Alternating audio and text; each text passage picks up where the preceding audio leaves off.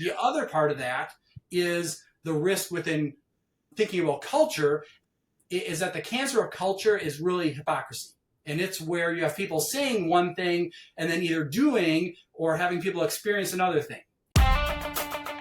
Welcome to the Roots of Success, the premier landscapers podcast that brings you the latest tips and strategies for successful landscape business. I'm Jim Calley, one of the principals and coaches of McFarland Stanford. Jason New and I started McFarland Stanford to coach landscape businesses after years in the industry ourselves. Now, more than 10 years since we began, McFarland has a deep bench of coaches and subject matter experts who work with our clients on very specific issues of business. Whether you're struggling with people, profits, or just day-to-day challenges, our coaches and guests have the real-world experience and practical advice to help you build a thriving and profitable landscape business.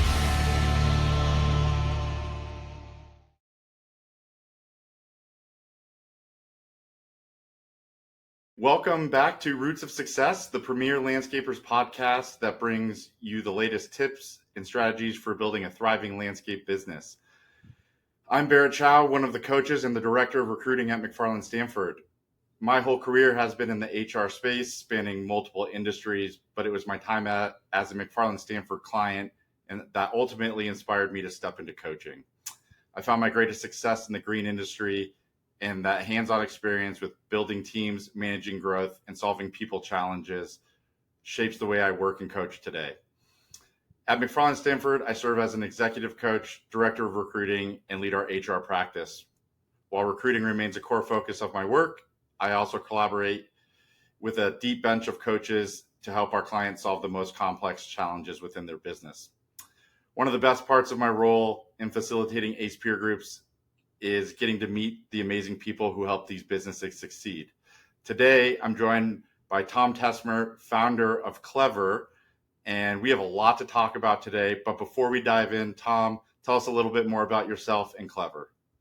Definitely. Thank you, Barrett. So my quick intro is for the audience that's probably listening to this. I have been I'll say self-employed individual for the last 20 years. So I've run a consulting business that is focused in the world of Walmart, and specifically in the world of how do we improve the customer experience. And that, it turns out, has a lot of connections to the idea of how do you improve an employee experience. And so after 20 years of doing that consulting, the pandemic gave me a little bit of time to think about and explore some other things in life, one of which was considering how to translate the tools and methods and models that I applied in that area into the idea of creating a better employee experience through the idea of research and using data to make more informed decisions. And so ultimately that has led to launching this business called Clever, which is really built around a 9-component method. Today, I think we're really just going to be speaking on one of the dimensions within that. But the main idea is to realize that there's a lot of assumptions and instinct and intuition that can go into how people make decisions for their business. And sometimes that's very extraordinary and it's great stuff. And there are very skilled HR people out there.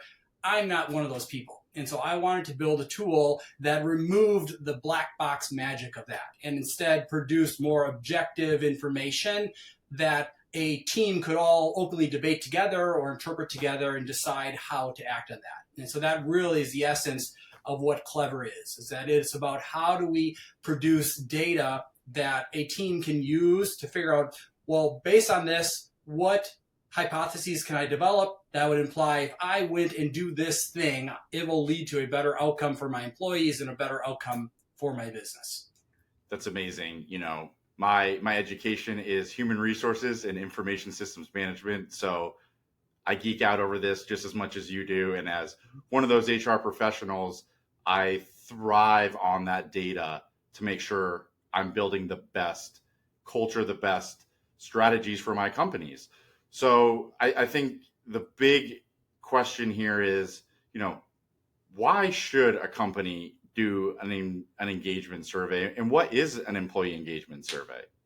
Yes, so let's ground this on one basic equation, and that is simply the equation that satisfaction equals expectation divided by experience. And this applies in the customer world. This applies in the employee world. And the way to think about the power of that extraordinarily simple equation is that you drive better satisfaction, which I'll use as kind of swappable with engagement, based on managing what people expect to be their experience and what their actual experience is. And critically, both of those have a degree of reality or objectivity to them, but they also have a significant degree of perception, right? You can change how someone looks at the exact same situation depending on a bunch of factors. Individuals at the same time can look at the exact same situation in totally different ways. And I would translate this to something that dogged me for a long time in my career until I was able to put a label on it and articulate it better. And that's simply one of the big expectations I have, or a lens that I look at my profession or my work through, is being a challenger. And simple term, you probably don't need a strong definition to figure out what that is, right? It means that I assume when I'm engaging with people that debate is a way that I connect with them. Now, this is how we go and learn new things. This is how we both get smarter. This is how we arrive at a better decision. And so for a very long time, that is who I was. Now, I never said that. I just figured that's the way the world worked. And I thought everyone's a challenger, right? Like, people love to do this. And what it took me forever to discover is that there are a number of people out there that think I'm a prick. And they think I'm a prick because they have a different view of things. Like, a very simple different view would be is that they view their engagement through the lens of being a peacekeeper. That their goal when entering an organization, when interacting with others, is how do we all get along? And so you can imagine that me as a challenger and someone as a peacekeeper would have some significant rubs that exist. And so that is really part of the foundation of what Clever's been built on. And more specifically, I'd articulate it simply as founding it on the importance of compatibility. The goal is not for a company to have a bunch of homogenous individuals that all look the same, that all act the same, that all do the same stuff. That the most successful organizations are the ones that have people that come with different viewpoints, that do have some degree of conflict, but importantly, they can communicate with each other, they can cooperate with each other, and when conflict inevitably happens, they've got the ability to work through and resolve that in an effective way. And so for me, the idea of an engagement survey is to start to more objectively articulate what that looks like within an organization. And so what are the perceptions that people have? What are the expectations that people have? How do people view this experience that they have? Of course. And, I've seen a lot of companies, including my own in the past, in all my different industries, right? We see us hiring the same people, right? We feel like, like you said earlier, like the homogeneous, we like to hire people who are like us. But if we have a bunch of peacekeepers on a team too, we don't challenge each other. We don't get better in asking those hard questions and making it better. So, I can't tell you how many times I've seen it on the other side of, I didn't understand our culture or our people enough to understand that Tom was just challenging me to get better. And I just thought he was a prick, right? So once you understand who these people are, and right, that's personality assessments and all these other things, that is a whole nother subject we can go down. But how your culture works, if, in these engagement surveys we talk about, do you feel the opportunity to express yourself or challenge the norm, or that your ideas are heard?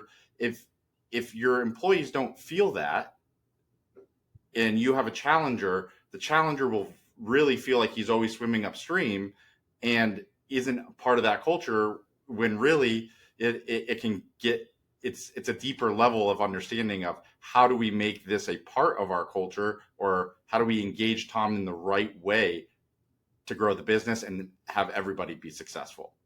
Yep. Yeah. So there are, so many layers. And again, I'm sure we could go on a long time here, but the way that I like to think about it is an organization gets empowered when it has better labels and language to communicate that stuff. So to begin with, some sort of engagement survey doesn't fundamentally change anything. What it's really doing is just gathering truth, gathering the information the first one is really just a moment in time. But what that does is it helps unlock a lot of new understanding that simply through no change except the ability to articulate stuff improves it. So for me, the example is when I can go into a group and say, hey, everyone, I just need you to know I'm a challenger. And so if I come across as harsh or if I debate with you, that's who I am. And so, help me dial it back, but don't be offended with that. Other simple examples are, if you would talk to probably almost anyone in any company and ask them, do you care about doing quality work? 99% of people are going to generally say, yes, I care about quality work. Now, the catch is how the heck do you define quality? And part of doing something like an engagement survey is to recognize when people talk about doing quality work, are they talking about something that is uncompromisingly high standards, or are they talking about something that is just good enough without wasting resources? And so this is where you can get that ridiculous conflict that can drive businesses crazy when everyone's proclaiming we're all about quality, and yet one guy is going and just doing the bare minimum because he truly thinks that's the right thing to do, get the job done and move on to the next as fast as possible. And then someone else will take a project that should take a day and $100 and spend a month and $1,000 on it, thinking that they're serving the business equally well. Yeah. Who's looking at the quality? Is it finance or is it operations, right? Yes. So, I think that we can agree that engagement surveys are a good place to start, right? If you said it earlier, right? Like if you don't know, you're really acting off of feelings, and these give you the ability to give you facts, not feelings, right? Whether your feeling is right or not, it can confirm and validate this is how engaged my audience is, or wow, I have no idea what's really going on day to day outside of my office.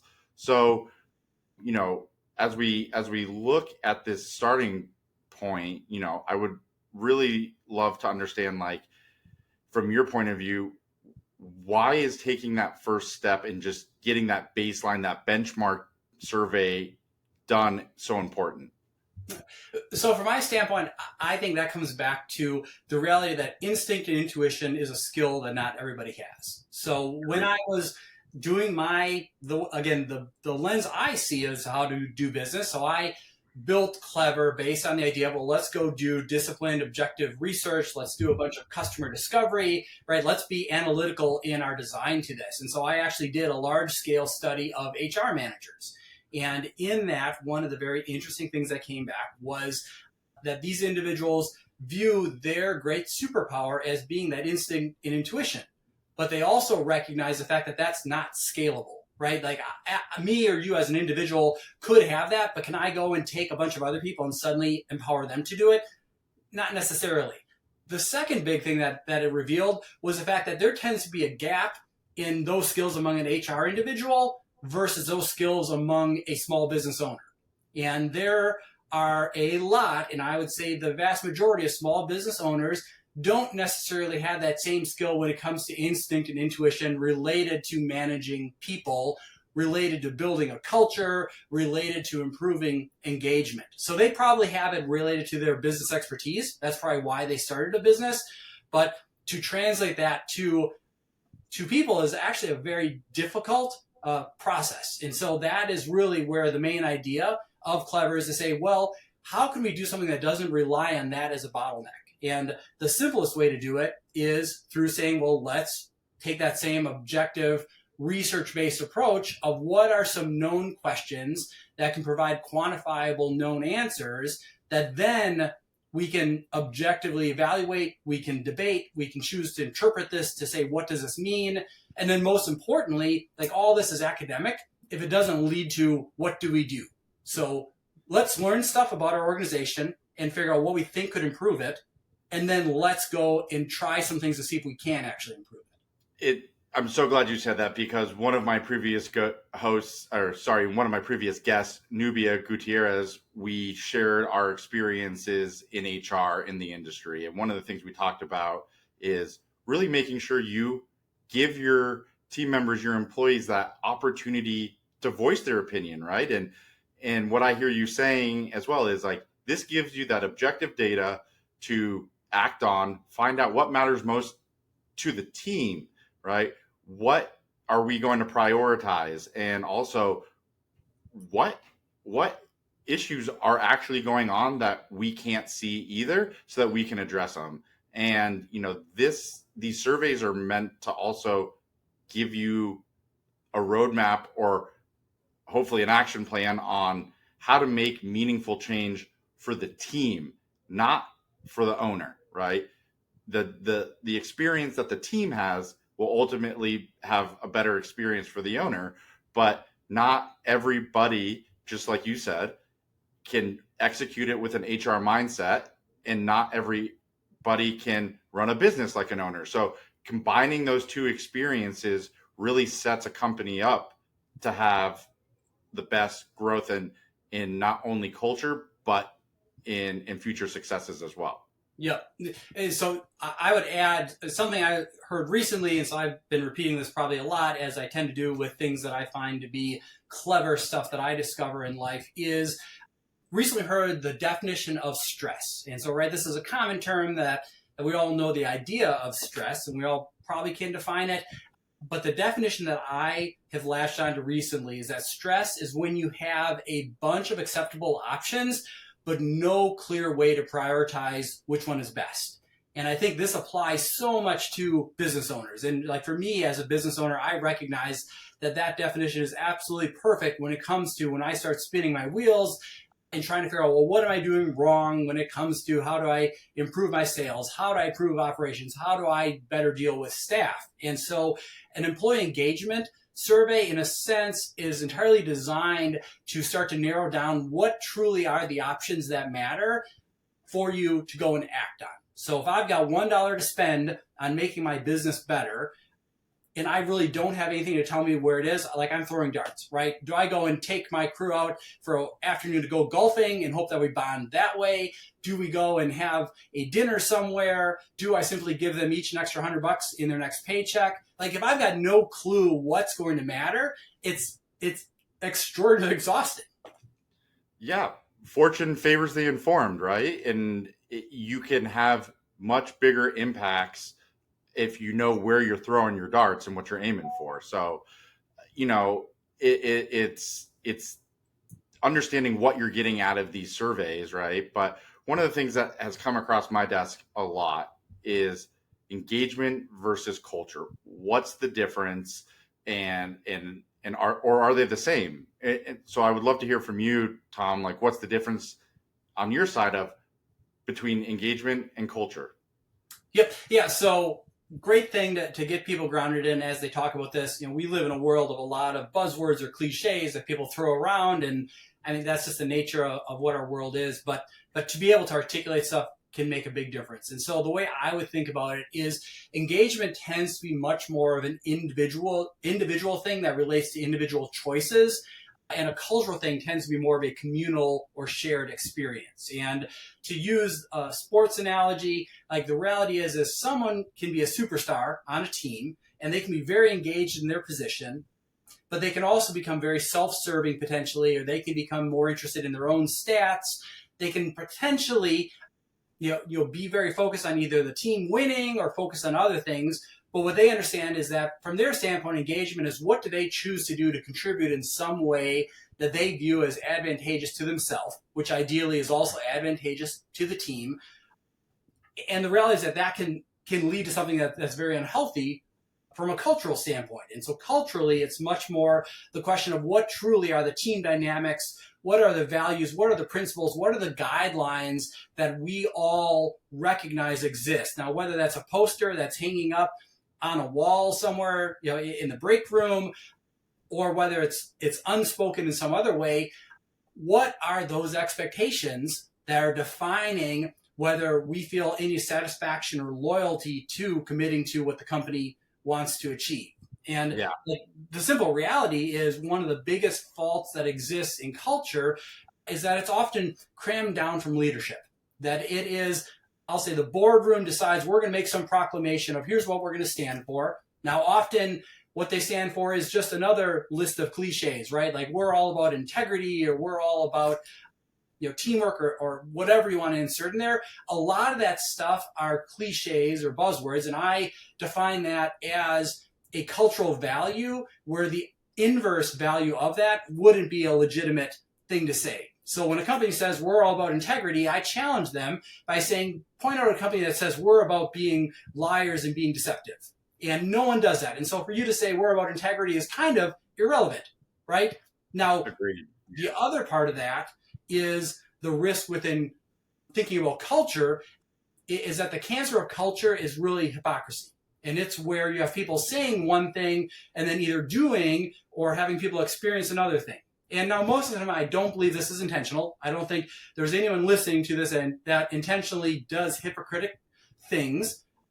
But through an engagement survey, you can realize, oh, what I think I'm doing, again, back to me being a challenger, when I think I'm being a great leader by essentially picking fights with people and challenging them to think differently and to improve things, they could be looking back at me saying, man, Tom's a real prick of a leader, right? Yeah. And so if you don't have some sort of a tool to gather that information, you either come across as hypocritic, you come across as inconsistent, as confusing, but at the end of the day, just very frustrating, that then drives back to the individual choice of, do I truly engage and try to excel at my position on the team, or do I give up and disengage in some way? Yeah. And, throughout my career, I've always defined engagement as simply, it's what you do, right? And what you do at work. And do you engage in that job, and do you like what you do? Culture is how you get it done and who you do it with, right? And so to your point, the culture of a company can be defined objectively as hypocritical when your core value is integrity, but you're cooking the books, right? But, I've always said too, you can have high engagement and bad culture, right? There's a lot of people who love being in accounting. That doesn't mean you love your employer, right? And the opposite can be true.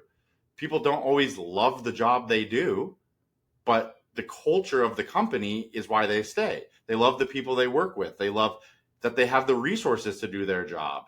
And, you started touching on a few things in my world, right? Mission, vision, values, that could be part 7 of another episode, right? Because it does bring a lot more intentionality around it. But these surveys are also, really designed to pull out the validity of, have you lived these core values, and is it ingrained in your culture, and is it helping people engage?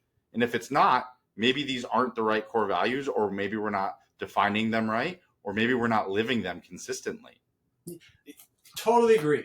2 things I'd add to that. So one is just thinking about your culture as a series of choices, right? Culture, in a sense, is a particular type of strategy. It's how do we believe as a company we can best achieve the outcome that we want to achieve. And so again, simplicity back to quality is our objective to create the most premium product possible to serve our client or customer better than anyone, or is our goal to be good enough and then to use that to our advantage by being more price competitive or have something else related to that? And so culture is very much about deciding what are the values that we believe best achieve what we want the outcome to be.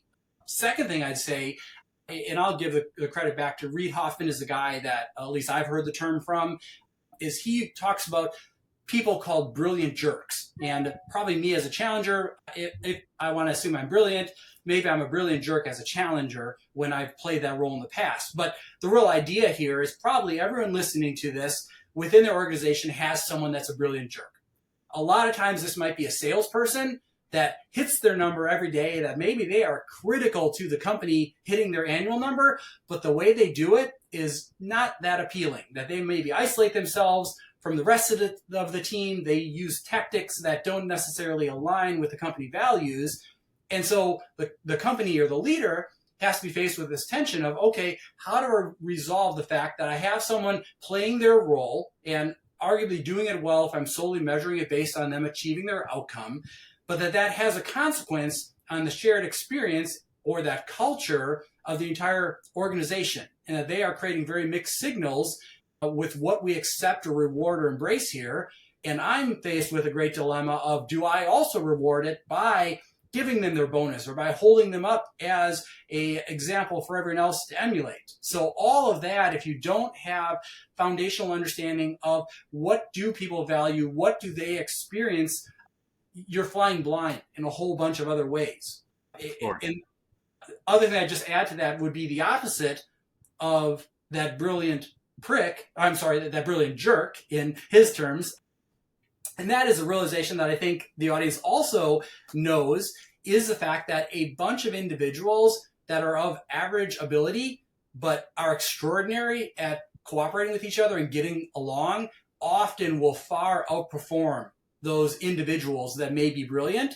And so that, again, is part of the challenge here is then, well, how do I go and identify that reality and encourage that environment as well? So how do I go and make better compatibility and cooperation and ideally improve the average to be even better over time? Yeah, right. We've heard the saying, right? Culture eats strategy for breakfast, right? And that's kind of what you're getting at there. But, I know that a lot of our listeners are going, wow, I've never done this, or great, I'm going to run out tomorrow and do this. But I like to slow down here really quick and really talk about, what are the key points we should be using in deciding to implement an engagement survey? Yep. So the biggest one here, unfortunately, would be the warning of how do you know you really should do it first, right? Like there's a variety of reasons that in truth should shy away from it. So like everything you choose for your business, there's risk and there's reward. And the truth is for this, if not done right, if not done well, the risks are actually very significant. And most importantly, I guess maybe not most importantly, but several that I'll mention, one is that you need to do this if you truly believe in the idea of truth and that you believe in the value of finding where you're failing. So the worst thing you can do is to use a technique like this to attempt to just validate what's happening today or to find that little needle in a haystack that you can use to justify the way that things are. So if you're looking to do that, absolutely don't waste your time at all. Second critical thing to do is that this is an active engagement or interaction with your staff. And if there's not a way to close the loop back with them to communicate it, you're going to find that there's a lot of frustration. So you could actually go and do a survey, go dark, and do a whole bunch of secretive things that make your organization a ton better. But if none of that is actually communicated back in a very intentional way with your staff, there's going to be perceived frustration. There's going to be people thinking, oh, wow, they asked me a bunch of questions and I poured my soul out to them and then I got crickets. So it's critical to take a lot of what you're learning and to be as honest and public as you can back with your staff so they recognize the direct benefit of them offering up their information. I'd also say that out of all this, separate from just being open-minded and willing to learn and to communicate that learning, it is that ultimate need that this is about taking action. This is not an academic practice. This is not getting a report that you read and throw into the back of a file. It is, let's figure out how we can make a change that produces something positive for the business, for the individuals within the business. And then probably the last thing I would say is there can be a fault, and this probably, as someone that does this service can sound self-serving, there can be a fault of viewing this as a moment in time, one time, check the box. Yes, 100%. Yeah, the reality here is the experience of your culture, the engagement of your employees is a very dynamic thing that needs to be monitored over time. Because what pops up in an assessment that you do tomorrow could be and probably is going to be fundamentally different than something that pops up in 6 months. And so to a degree, you need to embrace managing culture and managing engagement as a bit of a whack-a-mole type of practice. It is truly like what has changed. And a lot of times it's macro environment things. It's stuff that's totally outside the control of your business, but it's still having an impact on your business. And so to be aware of all that is the critical aspect of doing this as more of an ongoing monitor. Yeah. And if you're going to ask for feedback, you have to take action on it, right? And if you're not prepared to do it, don't do the survey because you said it. I poured my heart and soul out to you and you didn't do anything about it or I didn't hear anything about it. Why would I do it again, right? And that communicating those results and what the action plan is a big part of making this a success and encouraging more and more transparent and honest feedback from your team members.